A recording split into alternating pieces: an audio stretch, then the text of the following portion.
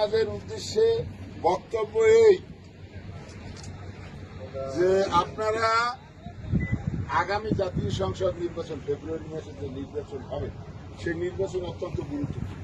সেই নির্বাচনে আপনাদের উপস্থিতি কামনা করি। আপনারা গত 15 বছরে কেউ ভোট দিতে পারছেন বলে আমার মনে হয় না। পারছেন কেউ ভোট দিতে পারেন নাই। আগামী ফেব্রুয়ারি মাসের ভোটে যাদের কাগজপত্র ঠিক আছে তারা তো যেতে পারবেন অবশ্যই। আর যারা যেতে পারবেন না আপনাদের পরিবারের লোকজনকে ভোট কেন্দ্রে গিয়ে ধানের শীষ মার্কায় ভোট দিতে হবে। এইটা অনুরোধ থাকবে।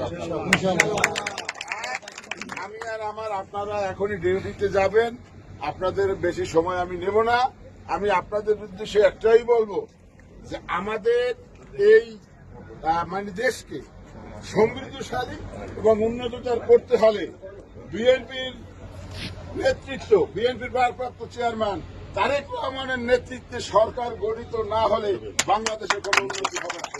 তাই সরকার গঠন করতে হলে 30-3 যেমনি ভাবে আমাকে মনোনয়ন দিয়েছে ধানের শীষ মার্কার, আপনারা আমাকে যদি বিপুল ভোটে জয়লাভ না করান তাহলে তো তারেক রহমানের হাত শক্তিশালী হবে না। হবে তাই আপনাদের কাছে আকুল আবেদন, আপনারা আগামী জাতীয় সংসদ নির্বাচনে আপনাদের অবস্থান থেকে যে যেভাবে পারেন বিএনপিকে পিরিজপুর 3 মঠবাড়ি আসন থেকে জয়লাভ করানোর জন্য যা কিছু করণীয় আপনাদের সেই কাজ করার জন্য আমি সবিনয় অনুরোধ রাখছি।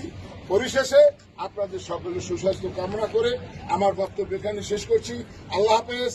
বাংলাদেশ জিন্দাবাদ, বেগম খালেদা জিয়া জিন্দাবাদ, তারেক রহমান জিন্দাবাদ, শহীদ অমর হোক। আসসালামু আলাইকুম।